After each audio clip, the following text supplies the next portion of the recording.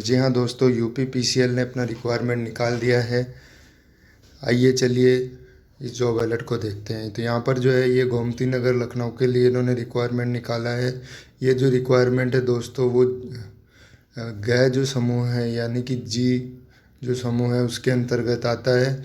ये जो फॉर्म होने वाला है ये केवल और केवल इनमें जो नागरिकता है वो इंडियंस होनी चाहिए और ऑनलाइन के माध्यम से जो है यहाँ पर फॉर्म्स जो है वो इनवाइट किए जाएंगे। फिर इनका डिस्क्रिप्शन देखते हैं तो यहाँ पर जो है जनरल के लिए 416, ईडब्ल्यूएस के लिए 103 और जो नॉन क्रीमी लेयर है उनके लिए 278 या फिर अनुसूचित जाति और जनजाति के लिए 216 और 20 पोस्टें यहाँ पर निकाली गई है, जिसके अंदर की अनुसूचित जनजाति के 8 पद जो हैं वो सम्मिलित किए गए हैं। उपरोक्त रिक्तियों की संख्या के जो है वो घटने बढ़ने के हिसाब से इनके पास सुरक्षित है। फिर देखते हैं आवेदन के लिए जो अभ्यर्थी है उसके पास जो है एक आधार कार्ड या विधि मान्य फोटो युक्त पहचान पत्र होना ज़रूरी है। आरक्षण का लाभ केवल उत्तर प्रदेश जो है जो स्टेट वाले लोग हैं वही ले सकते हैं, अदर स्टेट वाले नहीं ले सकते। फिर यहाँ पर जो एग्ज़ाम है दोस्तों वो कंप्यूटर बेस्ड टेस्ट यानी कि सीबीटी के रूप में होने वाली है।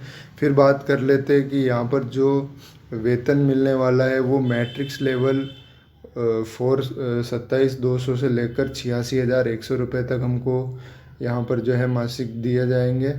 फिर बात कर लेते हैं कुछ क्या क्या जो है यहाँ पर होने चाहिए, हमारे अंदर एलिजिबिलिटी क्राइटेरिया क्या क्या है। पहला तो वो इंडिया का नागरिक होना चाहिए। दूसरा जो है तिब्बत का शरणार्थी हो सकता है जो कि पहली 1 जनवरी 1961 के पहले भारत आया हो, या भारत का मूल व्यक्ति यहाँ पर दिया गया है। फिर बात कर लेते हैं एज क्राइटेरिया की। तो यहाँ पर एज जो है वो 1/1/2022 तक उसकी जो मिनिमम एज है 21 वर्ष और 1/1/2022 तक अधिकतम एज 40 वर्ष यहाँ पर हो सकती है।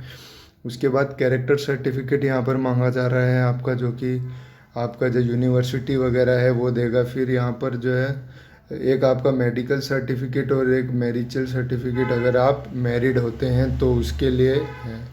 फिर यहाँ पर बात कर लेते हैं जो प्रोसेस होने वाली है वो क्या प्रोसेस होने वाली है, उसके लिए क्या ज़रूरी है।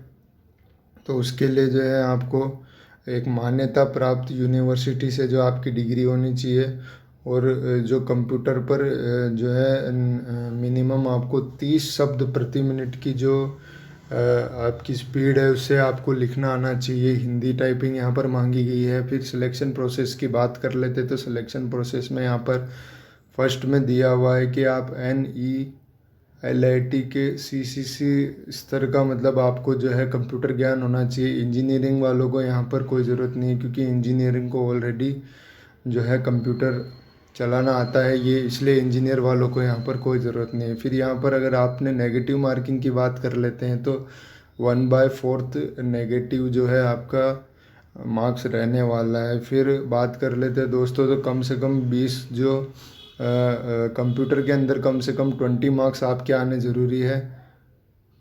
फिर आगे बात करते हैं, कंप्यूटर के अंदर 20 मार्क्स आपके आने चाहिए। फिर जो है ये पेपर के बारे में डिस्कशन दे रखा है। यहाँ पर जो है जनरल स्टडीज़ के 25 क्वेश्चन होने वाले हैं। फिर तार्किक ज्ञान बोले तो क्या बोलते हैं एप्टीट्यूड के यहाँ पर 45 क्वेश्चन होने वाले हैं। फिर जो है कंपलसरी हिंदी और इंग्लिश के 55 क्वेश्चन, यानी कुल मिलाकर यहाँ पर आपको बात करें तो 180 अंक का यहाँ पर आपका पेपर होगा। फिर उसके बाद हम लोग नीचे चलते हैं। 180 अंक के बाद में थर्ड पार्ट की अगर हम लोग बात कर लेते हैं, यहाँ पर जो हिंदी टक्कर की परीक्षा है वो कृति देव 010 या 016 फॉन्ट जो है उसके अंदर आपको टाइपिंग आना ज़रूरी है और अभ्यर्थियों की संख्या के 3 गुने कम नहीं होनी चाहिए। ये इनका कुछ सिलेक्शन क्राइटेरिया है। फिर 20 नंबर्स आपको बताए हुए हैं। 35 शब्द की आपको मिनट गति देनी होगी। फिर विशेष सूचनाएं में यहाँ पर आप लोग जो है इसको पूरा पढ़ सकते हैं नोटिफिकेशन को। फिर यहाँ पर बात कर लेते हैं तो जो आयु में छूट है वो भारतीय भूतपूर्व सैनिक को 5 वर्ष दिया गया है, विकलांग को 15 वर्ष दिया गया है, अनुसूचित जाति जनजाति को 5 वर्ष की छूट दी गई है।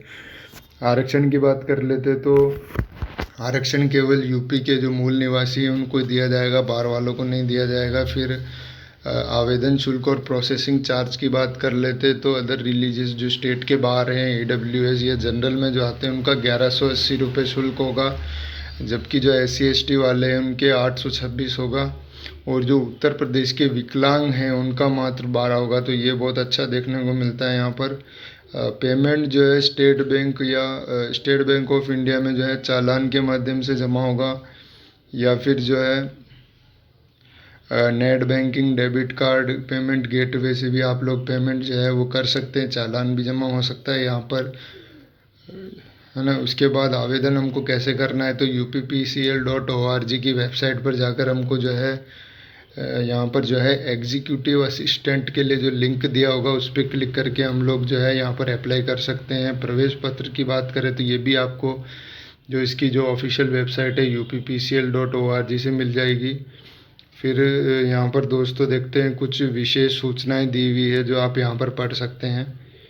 फिर इसमें आगे चलते हैं तो कुछ इम्पोर्टेंट डेट्स हमें क्या क्या दे रखी है। तो यहाँ पर जो दोस्तों एप्लीकेशन जो है 19 अगस्त 2022 से 12 सितंबर तक रहने वाली है, और जो फीस सबमिट की लास्ट डेट है वो 19 अगस्त से 12 सितंबर तक है। फिर यहाँ पर चालान द्वारा अगर हम लोग बात करें तो 19 अगस्त से 4 सितंबर है, और जो एग्ज़ाम डेट होने वाली है, एग्ज़ाम डेट हमारे पास अक्टूबर 2022 के सेकंड सप्ताह तक दिया गया है, यहाँ पर एग्ज़ाम हो जाएगा। उसके बाद देख लेते हैं जो नॉर्मलाइजेशन यहाँ पर कुछ दिया हुआ है, तो आप इसको भी प्रेफर कर सकते हैं अगर आप करना चाहें तो यहाँ तक हमारा जॉब अलर्ट था। उम्मीद है आपको जो है पसंद आया होगा, और आप इसको एक बड़ा थम्स अप दीजिए। दोस्तों आप तक अगर अभी तक आपने हमारे चैनल को सब्सक्राइब नहीं किया हो तो प्लीज़ सब्सक्राइब कीजिए, ताकि हम लोग ऐसे ही वीडियोज़ आप तक लाते रहें और जॉब अलर्ट आपको देते रहें। हरे कृष्णा।